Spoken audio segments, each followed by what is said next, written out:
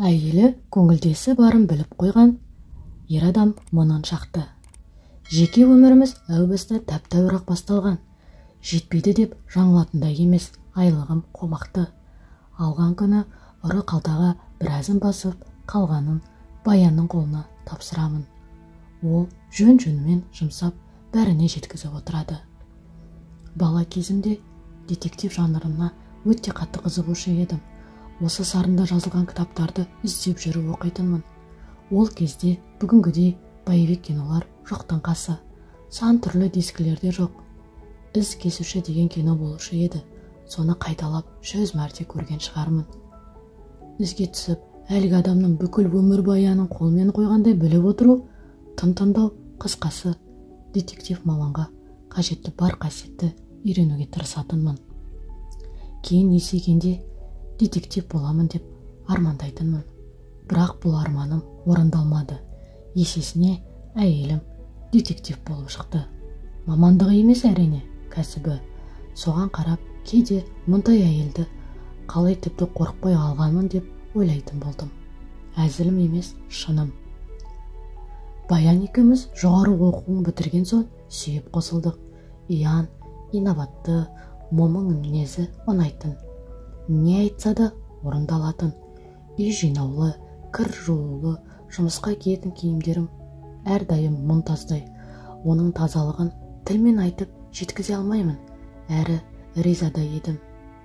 Есесіне анамның мінезі адуындау, жақпаған жайды айтып салып отыратын еді. Әкем момын, анама жалтақтап отыратын әрдайым. Анамның осы мінезі Баянға да кесірін тигізді. Үнемі оның істеген ісін жақтырмай, тыжырынып, жуып кеткен жерін тексеріп, аңдып жүруші еді. Тұңғышым қыз бала дүниеге келгенде де анам тырысқа қатын қыз туды деп тыжырынды.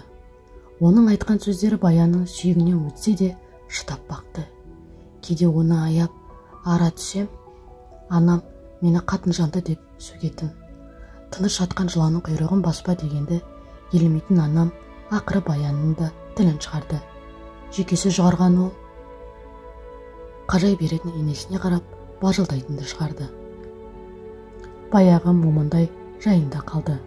Бір жағынан оның біраз жылдар сөзі бар болып шығуына ананың да үлесі қосқаны анық. Ал дәл енесін топырағынан жаралғандай бар қасиетін қағып алғаны ол анам сияқты аңдуы еді.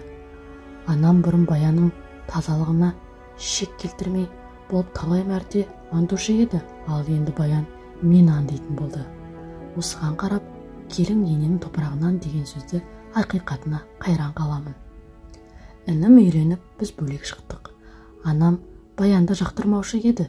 Мына келген келін тіптен кері шықты. Сөзшен, еріншек, ал салақтығы бір төбе.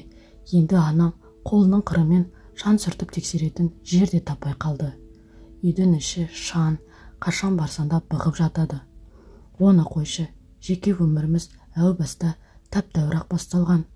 Жетпейді деп жаңылатындай емес, айлығым қомақты. Алған күні ұры қалтаға біразын басып, қалғанын Баянның қолына тапсыратын едім. Ол жөнмен жұмсап бәрін жеткізіп отырады. Аузынан бір ретте болса да жоқ деген сөз шықпайды. Соған ризамын. Еркек болғаннан кейін кейде балық аулауға, кейде саунаға барғын келеді. Кейде достарымен, кейде әріптестермен де барамыз. Сондайда енді еркек болған соң қысымдағылар бірде екілі қыздар алып келеді. Оған мән бермейтінмін. Қасымдағылар дүниенің қызығын көрсейші деп қол қалайтын.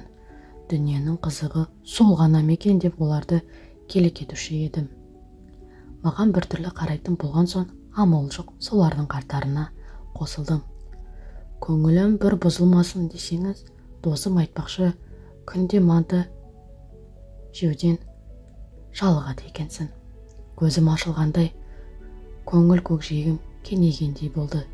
Сөйтіп жүргенде, ойда жоқта бір отырыста Айнұр есімді қызбен таныстым. Еліктің лалығында айғаны әп-әдемі екен. Екеуміздің әңгімеміз жараса кетті. Одан басқа мәселеде бір-біріміздің ойымыздан шығып жүрдік. Өзімнің бірде оған бауыр басып бара жатқанымды байқамаппын да. Әйелім жайлы, бала шағам өсіп келеді.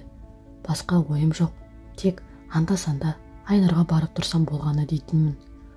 Уақыт өткен сайын Айнұрдың талабы көбейе бастады. Фитнес-залға бару керек екен, құрбыларымен шаңғы тепкісі келеді. Басында ақшамды аяған жоқпын. Жұмыстан тысқары түсіп тұратын қосымша ақымен білдірмей беріп тұрдым. Оны әйелім әрине білмейді деп жүргем ғой. Сөйтсем менің үйдегі тысқары әрекеттің бәрін қолмен қойғандай етіп бір күні баяным баяндап бергенде шалқамнан түсе жасадым. Өлсем мойындамаймын деп ойлаған бетіме бір бума қағазды әкеп шашып жіберді. Сөйтсем ол менің нөміріммен кіммен сөйлескенімнің бәрін біліп алған ғой. Қайдан алған түсінбеймін, сонда да мойындамадым. Керісіміз ұлы айқайға ұласты. Момын деп жүрген баяным шалпылдап ұрысқанда анамнан асып түсті. Адам андайтынның тіптен шан қаптырады десе де болар. Телефон номерім өз атыма тіркелген ғой. Сонда менің барлық қоңырауларымды қайдан алып жүр? Миым жетпейді. Ертесіне белгілі компанияның табалдырығынан аттап, әйелімнің номерін тексертпек болғам. Онымнан түк шықпады. Ол үшін телефон менің атымда тіркелу керек екен. Өз атына тіркелген электронды почтаң қажет екен. Тағысын тағы. Тап бір террорист кіріп келгенде итпен қуып шықты. Ал әйелімнің менің сөйлесіп жүрген номерлерімді қайдан тапқанын білмеймін. Онысын қойшы, тауып қоя салса жақсы ғой. Жұмыстан шыққан уақытта демалыс күндері баняға барамын деп тайып тұратын Айнұрмен сөйлескен номеріммен оның да номерін де тауып алыпты. Содан Айнұрға звондайды ғой. Мен ауруханадан хабарласып тұрмын. Ойбай, Талғат сіздің кіміңіз болады? Сіздің ғана номеріңіз сақталыпты. Ол кісі аварияға түсіп қалды. Ес-түссіз жатыр. Пәлен деген больницада, пәлен деген бөлімде жатыр. Тез жетіңіз деген ғой. Сол кезде мен үйде түскі ас ішіп тамақтан кейін демалып жатқам, телефонымды өшіріп тығып кетіпті. Құстай ұшып жеткен Айнұрды шашын жұлып қолына берген ғой. Сөйтіп ауруханада тегін концерт қойып беріпті. Отбасылы еркекті жолдан тайдырған мынадай болады деге көк ала қойдай сабап тастаған. Оны мен білмеймін. Бір күннен кейін хабарлассам, ебіл-дебілі шығып, еңіреген Айнұр енді кездеспей ақ қояйық дейді. Маған деген өкпесі қара қазандай, зәресі зәр түбіне кетсе керек. Ал баяным дым болмағандай үй жинап жүр. Таң қалдым. Шетелдің сабын сериалдарындағыдай сценарий құрып, қалай құрыққа түсірген десеңші. Ол сериалдарыңыз мұның қасында шаң қуып қалғандай. Есесіне күйеуі үйде, бала шағасы бағулы. Міне сізге нағыз детектив. Тіпті одан кейін мынауың не деп бір ауыз айтқаным да жоқ маған. Бұдан кейін Айнұрға хабарласуға да қорқып қалдым. Не әйеліме сенің сол тірлігі не деп те айта алмадым. Жер ортасына келгенде туған туысқан айналамдай етіп, бала шағаның алдында жерге қаратып, үйден қуып шығама деп қауіптенемін.